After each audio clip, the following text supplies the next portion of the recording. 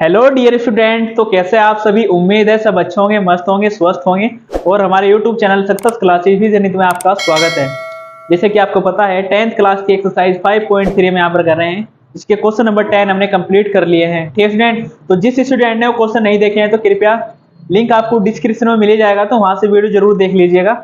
और आज स्टार्ट करते हैं क्वेश्चन नंबर 11। ठीक है स्टूडेंट, तो बहुत ही इंपॉर्टेंट क्वेश्चन है। ठीक है, और थोड़ा सा क्या है स्टूडेंट, डिफरेंट क्वेश्चन भी है, तो समझ में अच्छे से आ जाएगा अगर आप वीडियो को क्या करते हैं, पूरी देखते हैं। ठीक है, तो वीडियो को भी बिल्कुल भी स्किप मत करना। देखो क्वेश्चन में क्या दिया हुआ है।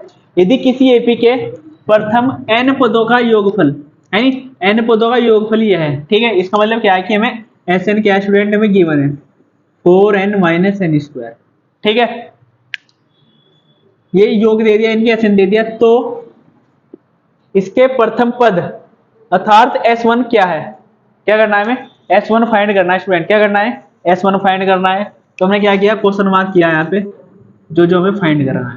ठीक है, प्रथम दो पदों का योग क्या है, प्रथम दो पदों का योग का मतलब कि हमें x2 निकालना है, यानी कि दो पदों का योगफल, ये क्वेश्चन मार्क।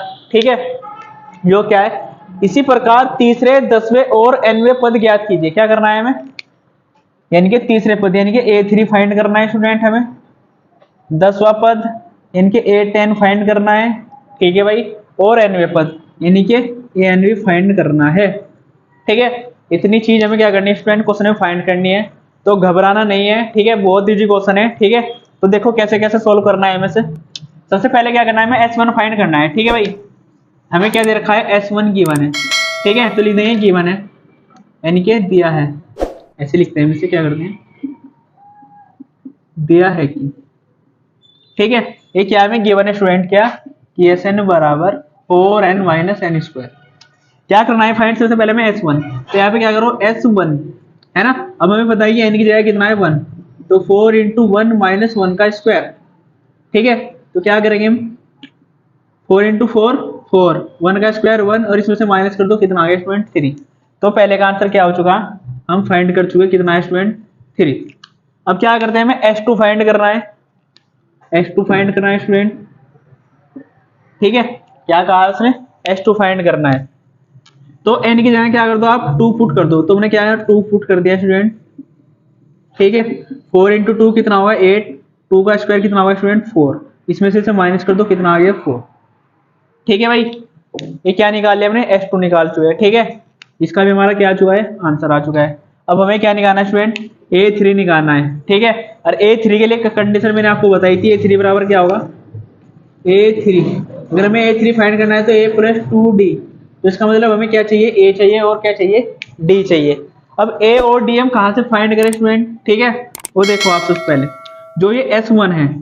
ठीक है, मतलब एक टर्म है, तो एक टर्म का सम कितना होता है, एक। भाई अगर किसी कोई क्वेश्चन है, ठीक है, हमारे पास ये AP है, इसमें क्या है, एक टर्म है। ठीक है, या कितनी टर्म मान लो, ऐसे कर लो आप, 2 4 6 8 है ना, ये हमारे पास AP है। तो हमें पूछ लिया कि S1 का सम कितना है, तो S1 का सम यानी कि पहली टर्म का सम कितना, जितनी पहली टर्म होगी उतना ही तो सम होगा ना पहली टर्म का।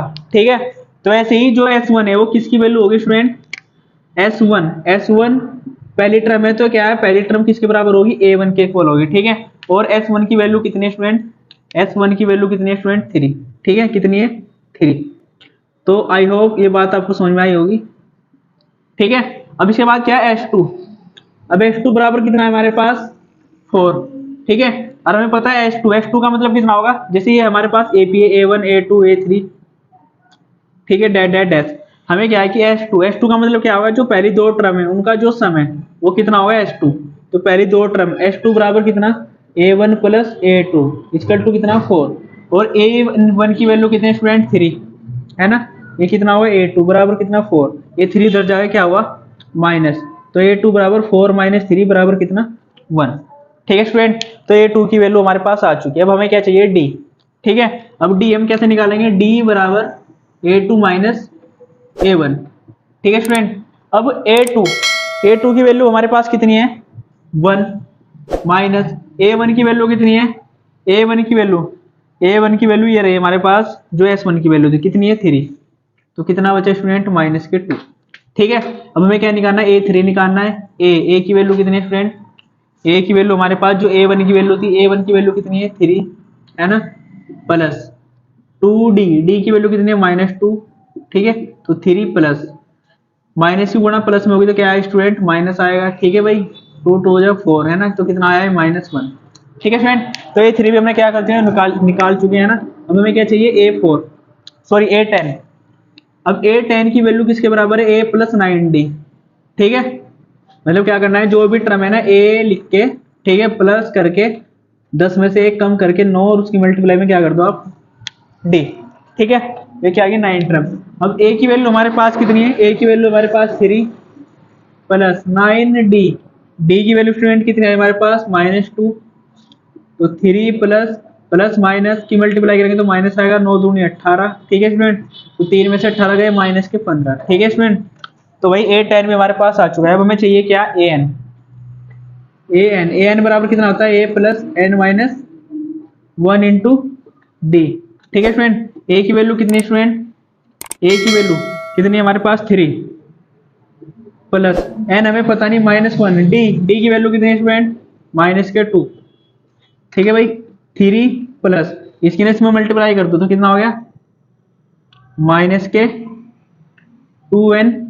अब माइनस की मल्टीप्लाई माइनस में करेंगे तो क्या होगा स्टूडेंट प्लस, अरे कितना 2, 3 प्लस 2 कितना होगा स्टूडेंट 5, और ये माइनस के 2n, तो ये हो गया an, ठीक है। तो an की वैल्यू भी हमने क्या कर ली स्टूडेंट फाइंड कर लिया, ठीक है।